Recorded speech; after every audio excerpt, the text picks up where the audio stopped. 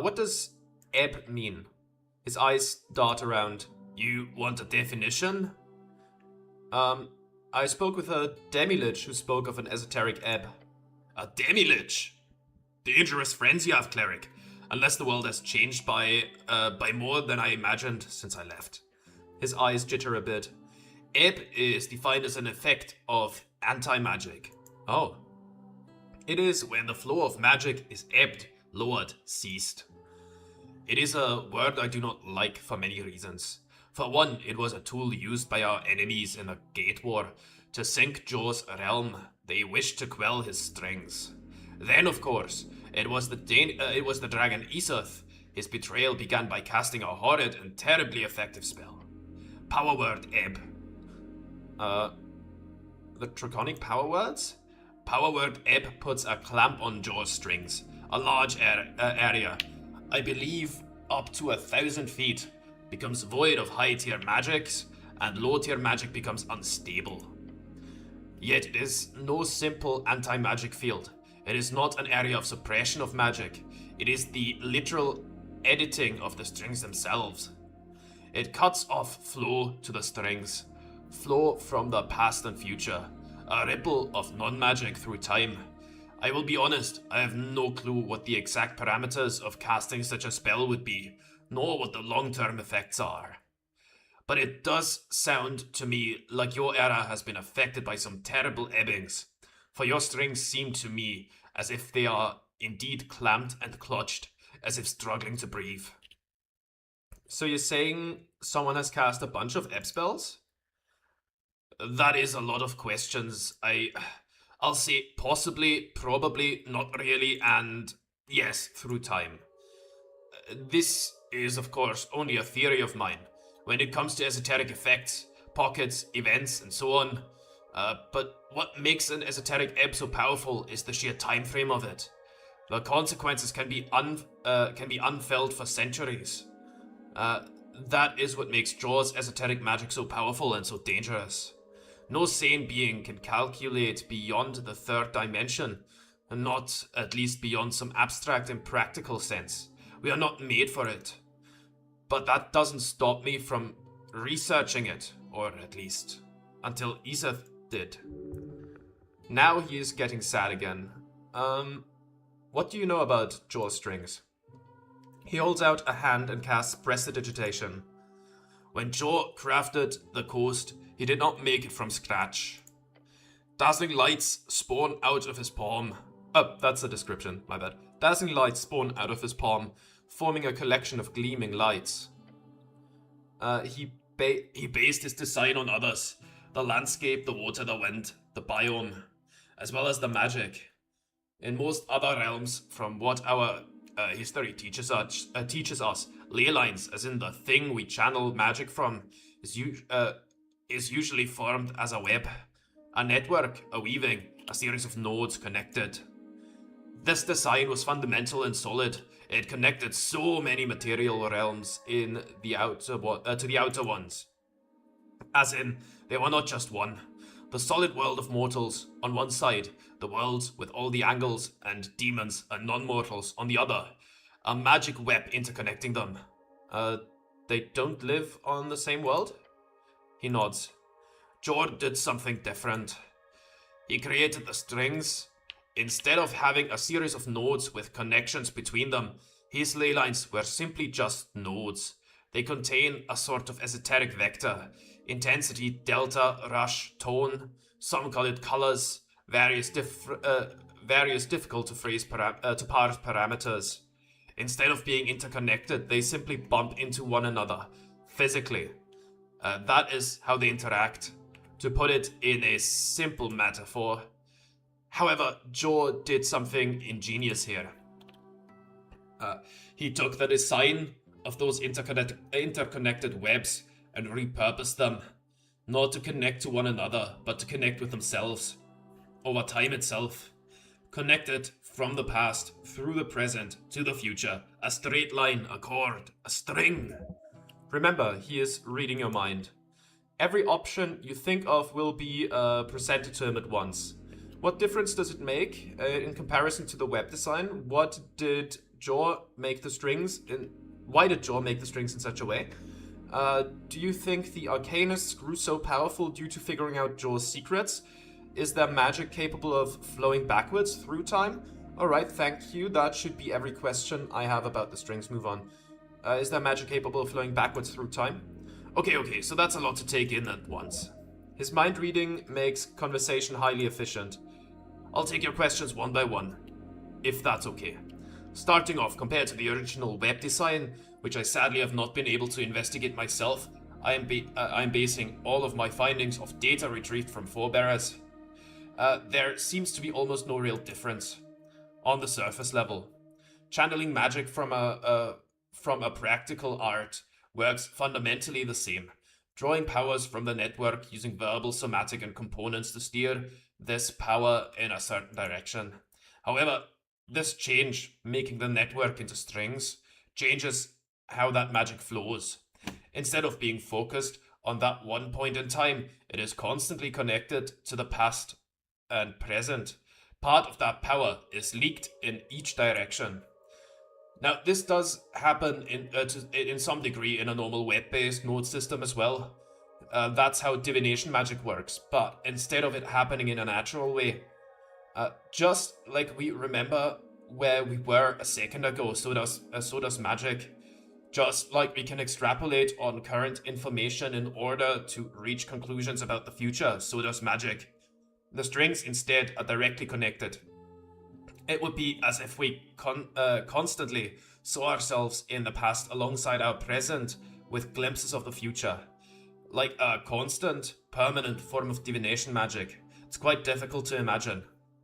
To answer your second question, I do not know why Jor made the strings this way. There are theories. He could have done it to perform some type of chronomancy. Perhaps it was simply an experiment. My personal belief is simply that Jor found it efficient. By leaking esoteric energies to the past and future, it would make sense that we are able to build a much more potent acceleration in our spells. Now, this works in practice. How this works in practice, none can tell. Not since the gates closed. As to your third question, yes, it sounds as if your Arcanists did uncover many of the same mysteries we worked on. However, it does sound as if Jor abandoned them in a way not too dissimilar to our own. Finally, your fourth question. Chronomancy is a topic many wizards dream of as they study. I must disappoint you. There are no ways beyond divination, those little peeks behind the curtain, to tamper with time. As the strings move forwards, Jor watches us go along them. That is one of the messages we received from him all those years ago. He is watching. This is our one chance to make our choices, so make them well. How do I learn high-tier magic? Time and effort, cleric. I remember when we caught a batch of students about to rush out into the wild to burn some fey creatures with fireballs. They said they needed the experience. The wisdom of Jor teaches us otherwise. Repeated exercise does build muscle memory, yes. However, true experience is bought from novelty. Be interesting. Your future and high-tier magic will be born from that. Thank you, that was very informative. No problem. I am no lecturer, so apologies if I'm ranting too much. You keep mentioning Jor. What do you know about the guy? About Jor? Oh, just about everything and nothing. An enigma of a wizard Jor is. First, I'd like to ask you, what do you know about Jor?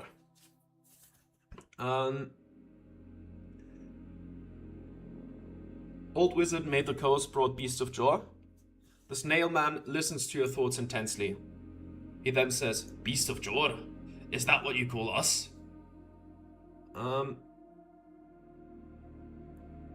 It's the term that stuck. The only followers of Jor who survive to this day are usually quite feared, as you can imagine. We also have Anticipalian. That's a better word for it. It's a good term for your Jor worshippers. We also have Anticipalian. I see. The recent Arcanist trouble humans caused. The recent Arcanist troubles humans caused must have not helped the issue of Jor. That is true. The term Anticipalian appears good. It is draconic, yes? Before the closing? Very good. His eyes close up slightly. In the old world, taming cattle, we worshipped oppressive gods. Oppressive in the sense of absolute power. My forebears left willingly at the invitation of Jor to never again serve. So it's important to remember our love for Jor was not subjugation. It was a partnership, in the purest sense of the word. So to be clear, I am not a numinist. I have no religion. I do not worship Jor. My people were raised into self-idealization by Jor, given power, esoteric forces. When he fell after the Gate War, and no longer was as directly involved, well, we all held some hope he was still alive, just hiding, or having gone into some other state of being to shut out the gods. Logically speaking, he has to be alive. That is my input on the discussion. Why? Because his realm still stands. I do not believe in a natural existence for his coast. I believe, although my evidence for this is faltering, the realm would collapse if Jor truly died. This place is held up by him. Thus, its existence is proof of his well-being. Not to mention the handful of messages we received, at least hint at something still existing out there. Unless you believe those messages were false, which they could be. I do not believe so. Okay, I'm gonna have to take a quick break. This voice is really hard on my voice, so I'll be right back. Okay, what do you know about Eomestra? Eomestra? Where did you hear that name? His eyes stretch out towards you. You startled him by mentioning that name. A talking wall. Chansey! That was the name of it, yes? Recall your conversation with the literal wall. That is the first name of a founding shell. One of the first snails to be invited by Jor. One who created the foundation of Tulinkatl. Chansey the Seer. But it was in the wall? Yes. It could be an apparition. An animating spirit in the shape of Chansey's mind, or the very structure of the city you have built your home on is filled with the spirits of my ancestors. How peculiar. His eyes slowly retract. I suppose I should tell you a story about Jor then. Please do. He slides around the floor as he speaks. What we know of Jor, some is derived from early witnesses. Most, however, is recalled directly from his secret, original apprentices. Jor's apprentices hid in the shadows as to not become targets during the invasion. So I imagine it comes as quite a shock to you that... Oh no, we know about those. What? They're not secret, not anymore. But there are 8 of them. Did you know that? Think about what you know about the apprentices. Right. Why did you ask then? Eomestra, she is one of the apprentices. Interesting. No, we don't know their names, or at least I don't. Just that there were 8 of them. Oh, in that case, let me tell you. Eomestra was the apprentice of Goodland. She was the first cord puller of Tulinkatl, speaker of Jor. Goodland? Goodland, alright, the translation must be confusing. That is the native term we use for this here slice, or band. That is what you call it. You call it Ascani. You knew this, apprentice? She was my friend. Eom would travel from tower to tower whenever she visited the city. She was old, frail by the time I was born, yet she traveled like no other. I was taught prestidigitation by her own personalized version. No doubt you would ask me to teach you, but that would be impossible. Only she could be a good enough teacher to spread such a complicated cantrip. He lets out a pained groan. Her disappearance was the first great omen of our people. My wife, Tot, was even closer to her. We missed her dearly. So you spoke with someone who spoke directly to Jor? Yes, many times. She could never tell us much about her master, of course. However, it was clear he, too, was an interesting figure. A personality, if you will. Just like all the tales painted. What was she like? Kind. He nods. They used to call her the neutral good apprentice. I tended to agree. Did you speak with any other apprentices? I'm afraid not. Or perhaps lucky. Not all of them were so friendly to the local populace, though most of them were simply destroyed during the Gate War. Why would he send an apprentice? Why not talk to you himself?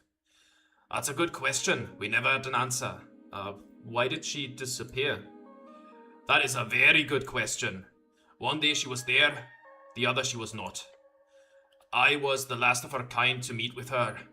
I found her acting peculiar, stressed. She asked me, Isk, how much would you wager on a shell flip? And waited for my answer.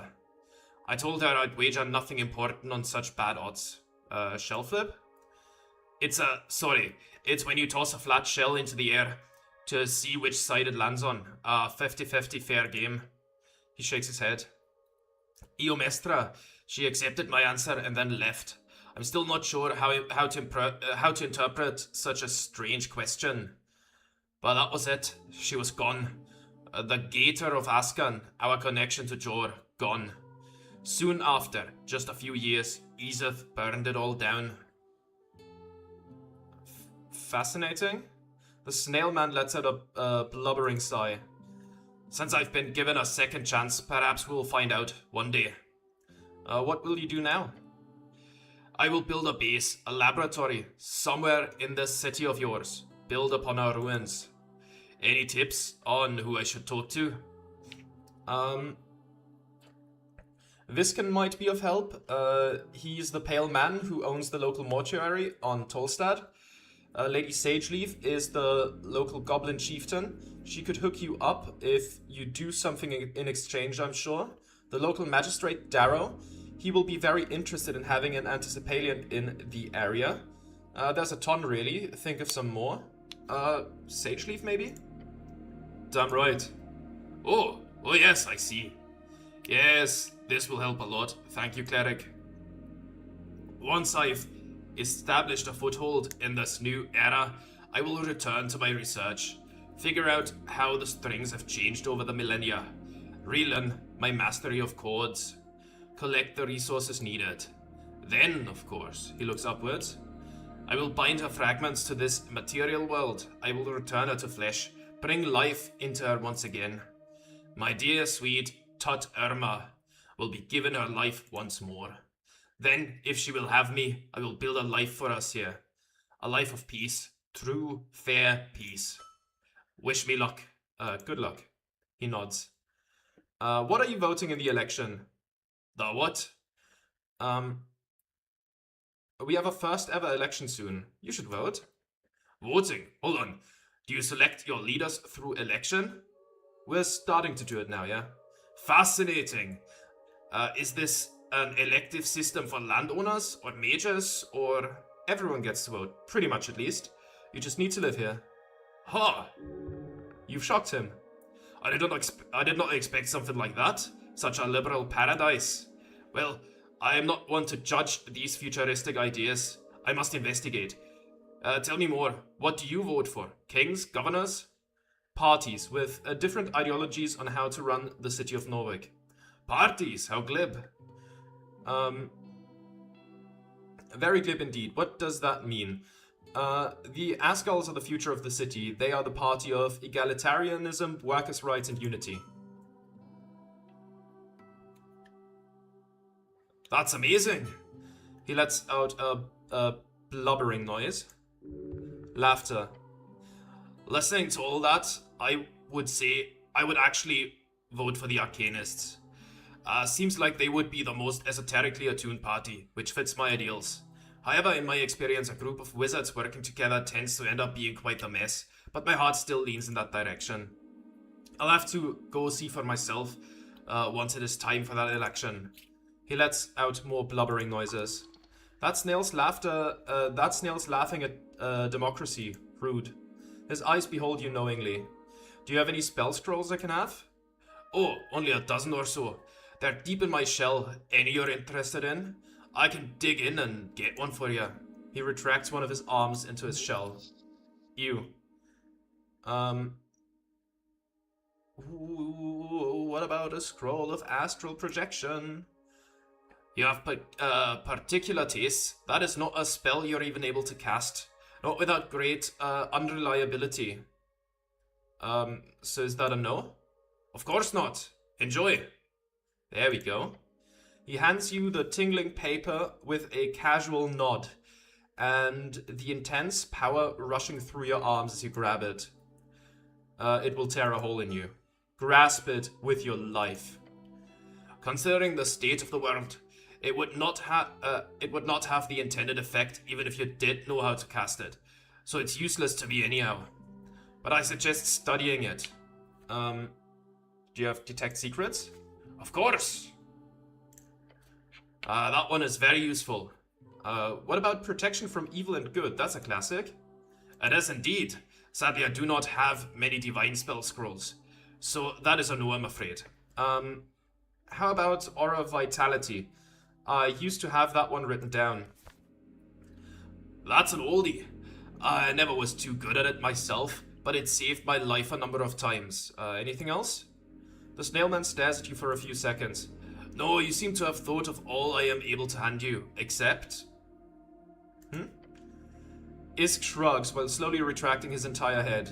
Slowly. Just watch. Soon the snail is no more, and you are standing in front of a shell. That's convenient. Then, as slowly as he retracted, he begins to leave the shell. I went over the esoteric attunements from your mind, cleric. It appears the only spell scroll that you do not actively think about here, that you also do not already have memorized, would be this. Wish. He hands you a spell scroll. By Jor and his disciples, what are you holding in your hands? Wish? I'm sorry, what? That's not, like, the wish, is it? That is wish. However, you cannot memorize it at your current level of attunement. Attempting to cast it directly would also take, even at your level of talent, weeks, maybe months. And even if I did cast it, Wish is one of the few non-epic tier spells that can widely shape reality. It is arguably the most powerful and versatile of all 9th level spells. It is so powerful, in fact, that it can easily cripple anyone who does manage to cast it. The only truly safe usage of Wish is to use its power to ask for the casting of another spell, 8th level or lower. You could also ask for a weaker effect, which have been proven to be safe at times. But if you word your wish poorly, and the effect is broader than you intended, then you are, as they say, screwed. That sounds awesome. The snailman lets out a blubbering sigh. I received that spell scroll from a djinn I fought alongside during the war. It was a reminder to stay humble. For those who use it for personal gain, use it as a shortcut to greatness, always end up in ashes. I did not always listen to such ideals, but when it comes to that spell, I have respect for it. One of my teachers, the great Ritlos, used its power to shatter the hearts and souls of 100 ice devils. In the process, her entire being turned into a permanent esoteric pocket. I'm giving this spell scroll not to use, cleric, but as a reminder of your mortality. Thank you for this, Isk. He makes a peculiar mouth movement. A grin. I like your fire. It burns bright. Anything else? I'm good. The snailman nods.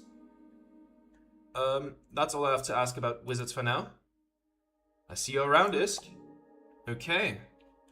Pretty cool. Let's take a look at that. If the game lets me. There we go. Also the staff. Where is it?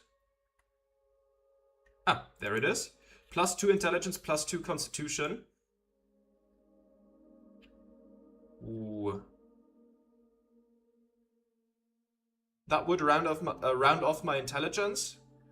Give me 1 more constitution, but it will reduce my wisdom by 1 point, unless I can make up for it. Which I should be able to do. What does this do? Wisdom, intelligence, constitution. +3 dexterity. Let's see, do I have anything good for wisdom?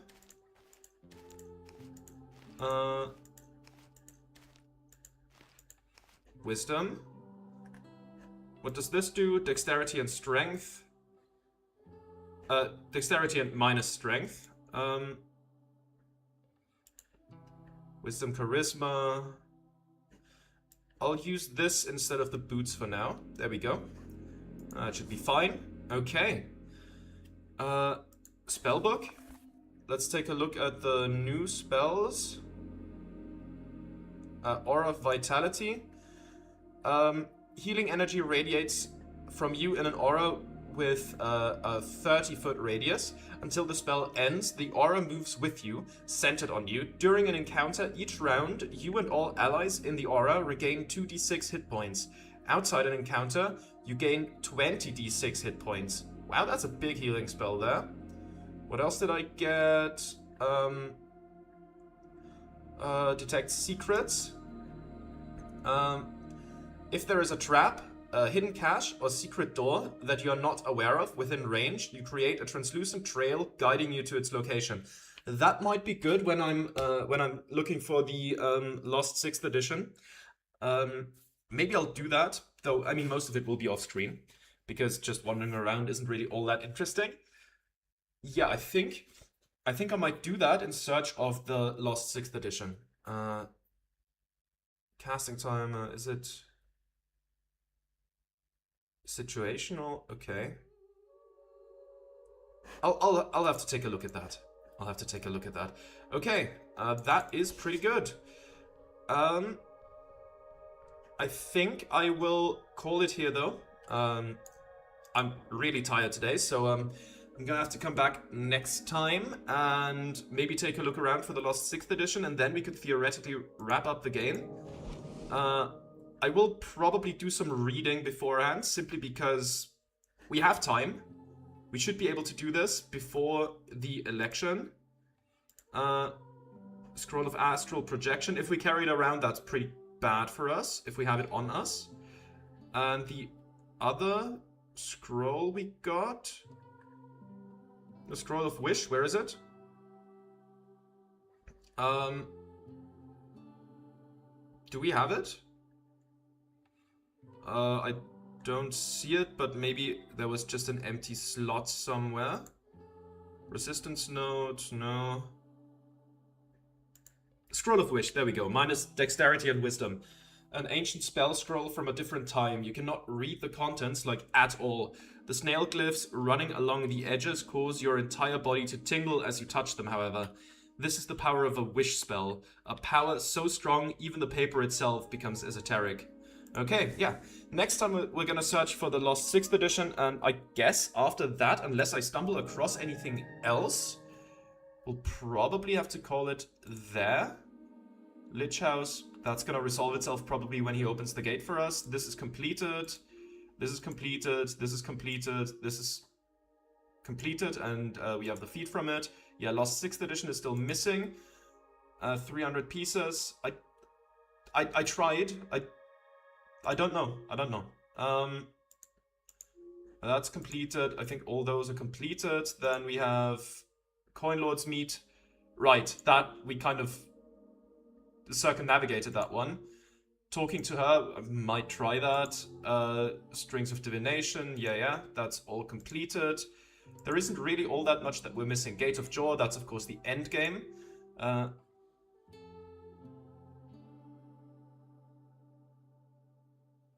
Okay, nearly the minstrel is the owner of a glorious head blossom. It must be yours. Oh, right, we should talk to Sageleaf as well. I should... Before the next recording, I will go through this pretty thoroughly, just to see that I get everything done here. But yeah, most of the things are completed. The milk thing, I don't know.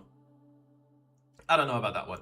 But yeah, talk to Sageleaf and find the Lost 6th edition.